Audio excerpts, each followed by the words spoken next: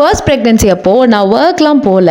அந்த டைம் கல்யாணம் ஆன புதுசு இல்லையா, ஸோ கவனிப்பெல்லாம் பயங்கரமாக இருந்துச்சு. வீட்டு வேலை மட்டும்தான் இருந்துச்சு. பட் அதுக்கே அப்படி புலம்புனேன், எல்லா வேலையும் நான் தான் செய்யணும்னு. கூடவே எனக்கு அந்த டைமில் வாமிட்டிங், டயர்ட்னஸ் எல்லாமே இருந்துச்சு. பட் இப்போது இந்த செகண்ட் ப்ரெக்னென்சியில் என்னால் லைஃப்பில் இவ்வளோ மேனேஜ் பண்ண முடியும்னு எனக்கே தெரிஞ்சதில்லை. இப்போ ஒர்க்கும் பண்ணுறேன்ல, ப்ளஸ் ஃபர்ஸ்ட் பாப்பா வேறு இருக்காங்க.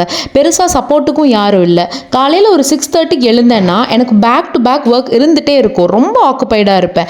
எனக்கு கம்ப்ளைண்ட் பண்ணுறதுக்கோ ரெஸ்ட் எடுக்கிறதுக்கோ கூட எனக்கு பெருசாக டைம் இருக்காது. பட் ஒரே ஒரு நல்ல விஷயம், எனக்கு பெருசாக ஒன்றும் வாமிட்டிங், டயர்ட்னஸ் இல்லாட்டி எதுவும் பெருசாக சிம்டம்ஸ் இல்லை.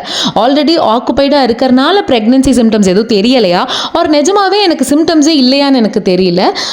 பட் ஃபைனலி எல்லா டேஸும் எனக்கு கண்டிப்பாக பர்ஃபெக்டாக இருக்காது. சில நாள் I will give my best and சில நாள் I don't mind on anything much.